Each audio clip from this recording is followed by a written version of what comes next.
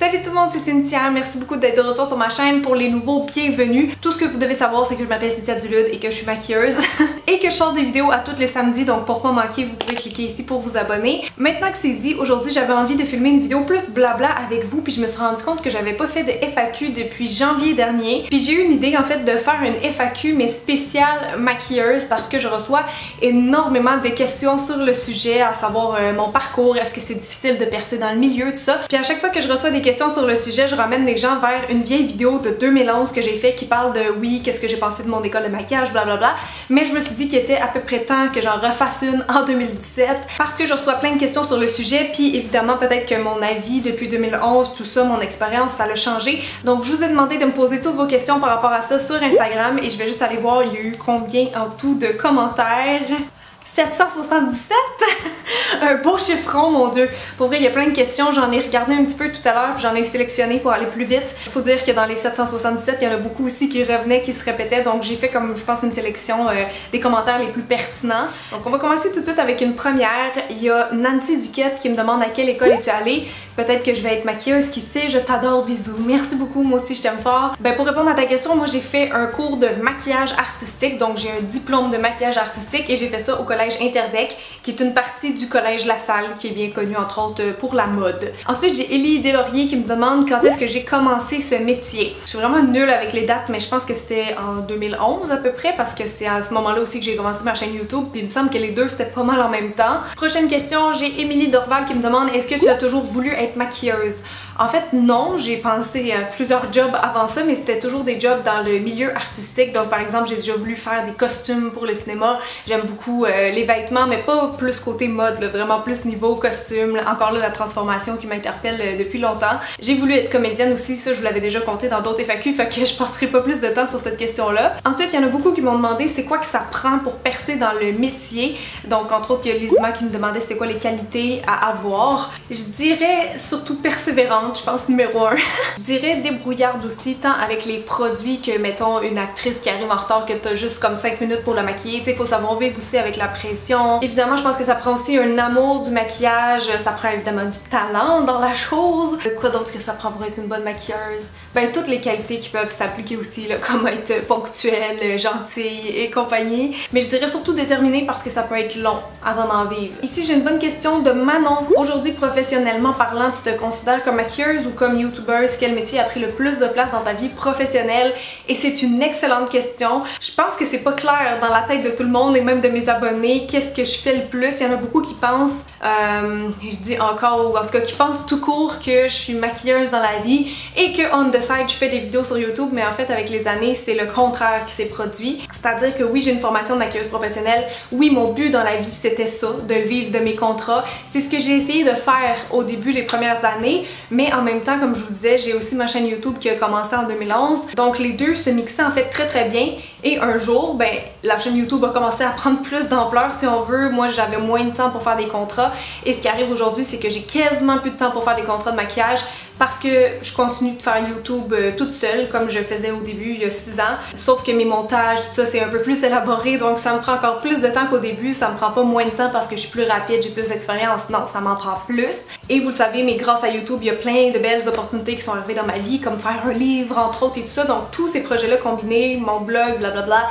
ça me laisse vraiment peu de temps en fait pour faire des contrats de maquillage. Donc disons que j'en cherche plus. S'il y en a qui viennent vers moi, malheureusement je dois en refiler beaucoup à des copines maquilleuses. Les seuls cas que je vais faire, c'est vraiment quand le projet m'intéresse vraiment, par exemple, quand c'est des amis, mettons, qui se marient, c'est sûr que je vais pas dire non. Je fais encore des maquillages de bal pour l'instant, il y en a beaucoup d'entre vous qui me demandez ça à chaque année, donc j'en prends toujours une, deux, voire 3 dates maximum en juin. Mais sinon, honnêtement, j'ai plus le temps pour les contrats de maquillage et je peux pas me déplacer partout pour aller vous voir, malheureusement, donc voilà, je fais aussi des cours de maquillage au manoir, je pense que si vous me suivez sur les médias sociaux, vous le savez, mais c'est pas mal les seuls contrats que je fais en ce moment.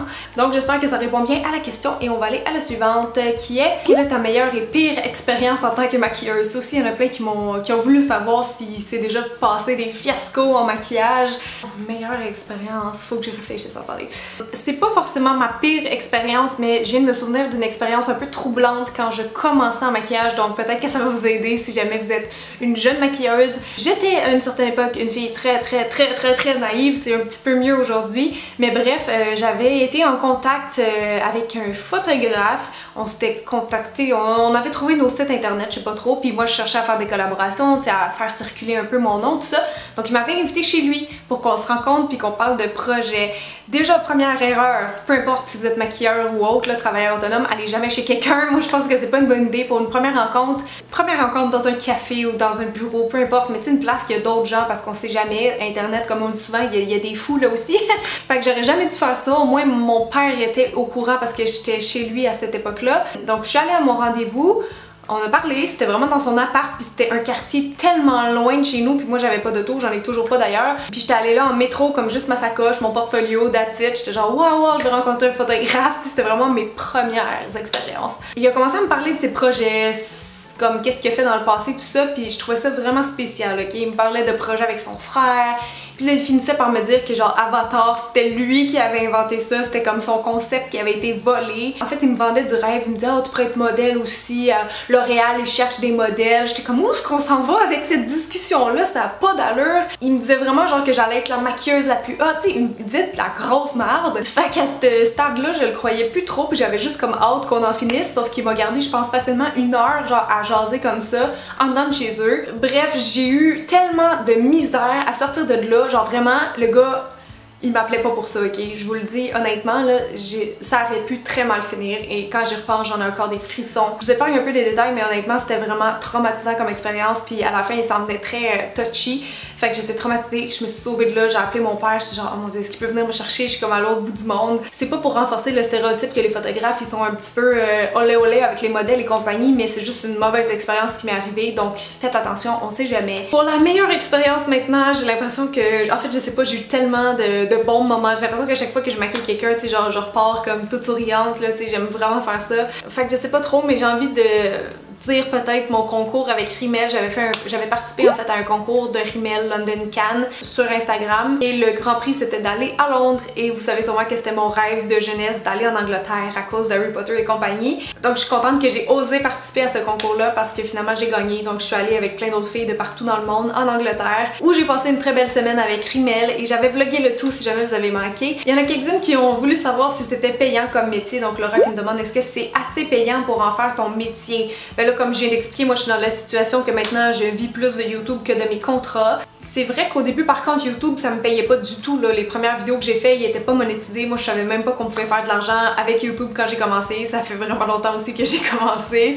Donc je sais pas trop quoi répondre en fait parce que je me suis jamais rendue vraiment à vivre de mes contrats étant donné que j'ai tout le temps eu YouTube. Je faisais même des vidéos pour Coin Beauté dans le temps. Tu sais j'avais toutes des job-ins de même, blogueuse pour MSN en France. Comme j'ai toujours eu plein de choses en même temps mais toutes reliées dans la beauté. Mais je me suis jamais rendue à juste vivre de mes contrats. Donc c'est assez payant oui si vous trouvez assez de contrats ou si vous travaillez dans un lieu fixe là, comme à la télé par exemple, on peut très bien gagner sa vie comme maquilleuse. C'est sûr que si vous avez plus peur, tu sais pour niveau argent, vous êtes mieux de faire une job stable comme travailler chez MAC par exemple. Mais si vous voulez quelque chose qui bouge plus, qui est plus créatif, ben là de chercher des contrats à votre compte, ça va vous demander beaucoup plus de temps, beaucoup plus d'organisation. Mais on peut aussi très bien en vivre. Puis j'ai envie de vous dire, ben ça dépend juste de votre expérience puis de combien de contrats vous prenez. Si vous en prenez plusieurs par jour, que vous travaillez les week-ends, tout ça, évidemment il n'y a pas vraiment de limite de salaire. Donc il y a des maquilleuses qui peuvent gagner, je sais pas moi, 150 000 par année ou plus là, si tu maquilles Céline Dion à chaque jour, je pense que tu vas faire un bon salaire. Mais tu peux aussi travailler dans un tout autre contexte puis gagner peut-être 45 000, 50 000 par année, tu sais, je sais pas là. Comme je vous dis, moi je me suis jamais rendue à vivre uniquement de mes contrats, mais oui c'est faisable, c'est juste que si vous voulez faire travail autonome, ça va vous prendre beaucoup de temps. J'ai Adèle qui me demande tout de suite après ta sortie de l'école, comment ça s'est passé? Tu as cherché à te faire embaucher par une maquilleuse avant de te lancer seule. En tout cas, ce que tu fais est génial, tes conseils sont vraiment précieux. Gros bisous à toi aussi, merci. En fait, ce qui est arrivé, honnêtement, là, quand je suis sortie de l'école, c'est que j'étais comme il me faut une job. Sauf que j'avais aucune idée par où commencer parce que ça, je pense qu'ils l'ont plus ou moins expliqué à l'école. Je savais pas exactement dans quel domaine, tu sais, quel style de maquillage j'avais envie de faire, quelle direction prendre. Mais à cette époque-là, j'avais juste comme pas de job parce que moi au secondaire, j'avais pas... J'ai-tu eu une job? Ah, j'ai eu une petite job dans les uniformes, Stone Lizard. Mais c'est tout, honnêtement, j'avais pas vraiment d'autres expériences de travail, point.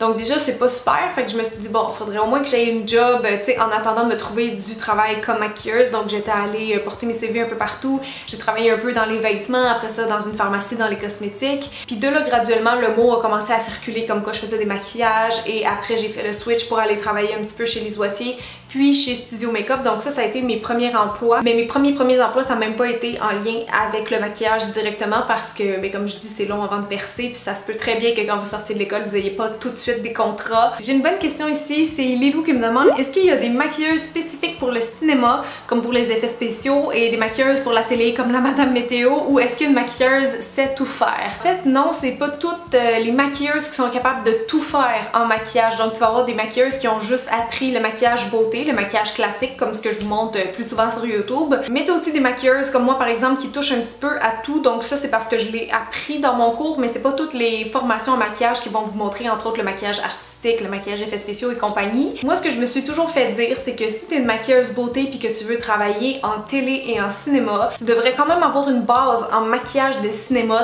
/ effets spéciaux, parce que tu sais jamais, tu peux maquiller genre juste des looks beauté sur une série, puis là soudainement, ben je sais pas, il y a quelqu'un qui a une poque ou qui a un trou de balle de fusil dans le front, peu importe. Ils vont pas forcément engager une maquilleuse juste pour ça, donc c'est sûr que c'est un plus en fait si vous pouvez vous débrouiller. C'est la même chose avec les cheveux, souvent en photo, ils vont engager une fille qui fait les deux, donc soit une coiffeuse maquilleuse ou une maquilleuse coiffeuse. Donc dans mon cas, j'ai appris une petite base de cheveux là, vraiment pour me dépanner si on veut sur un shooting photo, mais je pourrais pas faire par exemple un chignon de mariée, là. Ça serait trop m'en demander, ça me prendrait vraiment une formation spéciale pour ça. Après, je sais qu'il existe aussi des maquilleurs vraiment spécialisés effets spéciaux, comme aux États-Unis là, pour certains gros films, ils vont vraiment engager comme quelqu'un de spécialisé là-dedans. Ça veut pas dire que la personne n'a pas une base en beauté, parce que je pense que les deux se mélangent toujours un petit peu, donc ça prend quand même ça. Donc tout le monde a sa branche en gros, mais je pense que c'est toujours un avantage si vous êtes polyvalent. Un petit peu par rapport à ça, j'ai une question ici de Magali Cupcake qui veut savoir c'est quoi les cours que j'aimais le plus et ceux que j'aimais le moins ou que j'avais de la difficulté à l'école. À l'école de maquillage, on s'entend. Il y a un cours en particulier, une journée qui m'a vraiment fait suer, et c'était les fameux bald caps. En français, des faux crânes, ok? Dans le fond, c'est des espèces de trucs de crâne en latex là qu'il faut coller, genre faut comme les faire fondre pour que ça soit vraiment... Oh my god! Ok, j'ai tellement pogné les nerfs dans ce cours-là, c'était tellement drôle avec du recul. Puis c'est à ce moment-là que je me suis dit, mais pourquoi c'est pas les coiffeurs qui font ça? Fait que oui, ça c'était la pire affaire, l'affaire que je déteste le plus faire. Sinon, que je suis moins bonne, moi j'ai toujours trouvé que j'étais moins bonne en effets spéciaux. Pour moi, c'était quelque chose qui m'attirait moins aussi. Je suis pas une personne très gore dans la vie, donc... inspiration d'affaires dégueulasses, de sang partout, c'est pas mon fort. J'aimais mieux au contraire maquillage de théâtre, maquillage artistique. Il y avait une autre fille dans ma classe là, puis je me souviens qu'on a eu bien du fun à se faire des transformations, des vieillissements théâtrales, puis les maquillages là, de fantaisie comme les animaux puis tout ça. Ouais, fait que je dirais que maquillage de théâtre puis fantaisie, c'était pas mal mes coups de cœur puis quelque chose dans quoi je me sentais bonne. Ok, il y en a plein parmi vous qui voulaient absolument savoir si j'ai déjà raté un maquillage, que genre la cliente elle a chialé, qu'elle a pété sa coche puis que j'ai dû tout recommencer. Oui, comme toutes les maquilleuses, je pense que j'ai déjà maquillé une fille qui était un peu déçue. Ça arrive qu'on a des clientes qui sont vraiment difficiles, qui s'aiment pas non plus physiquement, donc c'est plus touché, je dirais. Je me rappelle d'une cliente, entre autres, pendant que je travaillais chez Les Oitiers, qu'elle m'avait demandé genre un smokey eye, puis à la fin, elle trouvait que c'était trop sombre. J'étais comme, mais c'est ça un smokey eye, fille! Non, sérieusement, j'avais jamais comme compris vraiment qu'est-ce qu'elle voulait dire, la critique. Donc oui, la communication avec la cliente, c'est toujours très important au début, avant de faire le maquillage. Mais en général, j'écoute la cliente, tu sais, s'il y a quelque chose que je pense que ça ira pas, je vais lui dire, mais je fais comme qu'est-ce que la personne me demande en général, donc il y a pas de mauvaise surprise. De mémoire comme ça, je pense que non. J'avoue par contre que mes premiers maquillages d'enfants, le maquillage de fantaisie, étaient pas super. Donc selon moi, je les avais ratés, mais tu sais, les enfants, ils ont 5 ans, ils pensent que c'est beau, c'est parfait. C'est juste que moi, avec du recul, j'étais genre, oh mon dieu, j'étais très mal équipée et je n'avais aucune expérience. Je pense qu'on va terminer avec deux questions qui sont encore en lien avec l'école, qui se rattachent à ça. J'ai OG 762 qui veut savoir c'est quoi mon parcours scolaire. Est-ce que j'ai toujours voulu être maquilleuse ou si j'avais fait d'autres études pour un autre métier? Donc comme je disais tantôt, oui, j'ai pensé à d'autres métiers, mais non, j'ai pas étudié dans rien d'autre. C'est vraiment comme en secondaire 5 que j'ai eu un flash, que je me suis dit, oh mon dieu, je pense que j'ai trouvé mon métier, je veux être maquilleuse dans la vie. Puis là, c'était certain, donc je me suis renseignée, j'ai fait les démarches, j'ai été étudiante d'un jour, je suis allée au portes ouvertes. Puis ben je me suis inscrite, donc j'ai fait directement mon cours de maquillage après mon secondaire parce que dans le fond j'étais chanceuse, j'ai trouvé rapidement qu'est-ce que je voulais faire dans la vie. Donc contrairement à beaucoup de connaissances et d'amis qui sont allés au cégep, à l'université, dans plein de milieux différents, ben moi je savais, j'avais comme trouvé ma voie si on veut, donc je suis allée directement en maquillage artistique puis j'ai jamais changé de job parce que j'aime vraiment beaucoup qu'est-ce que je fais. Donc ça a été ça mon parcours scolaire, il a été assez court parce que disons que pendant les premières années, moi je travaillais, mes amis étaient encore à l'école. C'est un peu encore le cas aujourd'hui, mais ça change rien à notre amitié bien sûr. Et pour terminer, j'ai Béatrice Fortin qui me demande pendant combien de temps j'ai étudié pour ce métier. Donc moi ce qu'il faut savoir c'est que j'ai fait les 2 modules qui étaient disponibles à l'époque au collège Interdec, c'est-à-dire 1 le maquillage plus beauté et 2 tout ce qui est effets spéciaux, théâtre, cinéma et compagnie. Donc ces 2 cours-là bout à bout avec la création du portfolio à la fin, je crois que ça s'étalait quasiment sur 1 an. Mais dans le fond ce que j'ai fait c'est comme une formation privée. Le collège Interdec c'est comme un collège privé puis c'est, tu sais, j'avais pas d'autres cours en même temps comme au cégep, c'était vraiment un cours que de maquillage du matin jusqu'à l'après-midi. Donc ça se fait quand même assez vite mine de rien, puis j'ai pas fait d'esthétique ou de coiffeur avec ça, donc ouais, vraiment juste pour avoir mon diplôme de maquillage, ça a pris quelques mois. Ah oui, puis je pense que je vais juste terminer finalement avec une dernière question qui est revenue beaucoup. Les gens me demandaient est-ce qu'il faut absolument faire un cours de maquillage pour être maquilleuse ou tu sais, qu'est-ce que t'en penses? En fait, c'est quelque chose d'un petit peu décevant comme réponse, mais non, je pense que vous êtes pas obligé de faire un cours de maquillage parce que en travaillant, en étant sur le terrain, je me suis rendu compte qu'il y avait plein de maquilleuses vraiment connues, tu sais, des maquilleuses qui roulent beaucoup. À Montréal, par exemple, qui avaient jamais fait de cours, qui ont appris de d'autres maquilleuses, qui ont appris vraiment sur le tas, comme on dit. Donc c'est un scénario très possible et très fréquent. Parce que comme je dis souvent à tout le monde, il n'y a jamais personne qui m'a demandé mon diplôme de maquilleuse. Tu sais, peut-être avant d'aller me faire réparer les dents chez quelqu'un que je connais pas, oui, je voudrais voir son diplôme de dentiste, mais comme maquilleuse, c'est jamais vraiment arrivé qu'on me demande mon diplôme. En général, on demande plus les portfolios aux maquilleuses, donc c'est vraiment l'étendue de votre travail, c'est ça qu'on veut voir, qu'est-ce que vous êtes capable de faire en photo, en vidéo, peu importe. Mais quelque chose qui a vraiment beaucoup changé par rapport à quand j'ai fait mon cours, ben, c'est justement les médias sociaux dans lesquels je suis très active maintenant. Mais à l'époque, j'avais juste Facebook, je commençais ma chaîne YouTube, mais c'était tout nouveau à l'époque. Il y a 6 ans, il y avait quasiment personne qui faisait du maquillage sur YouTube en français. J'avais pas d'Instagram, je commençais à me faire une page Facebook, tout ça. Donc depuis, je dirais que ça a énormément changé parce que maintenant, il y a beaucoup de gens qui se self-proclaim make-up artist sur Instagram. Il y a plein de maquilleuses, que je pourrais pas dire maquilleuses professionnelles parce que c'est des gens peut-être passionnés de beauté qui s'improvisent. C'est pas parce que t'as pas de cours que t'es pas bon, mais tu sais, il faut faire quand même attention avec l'utilisation, je pense, du terme maquilleur professionnel, artiste maquilleur, etc.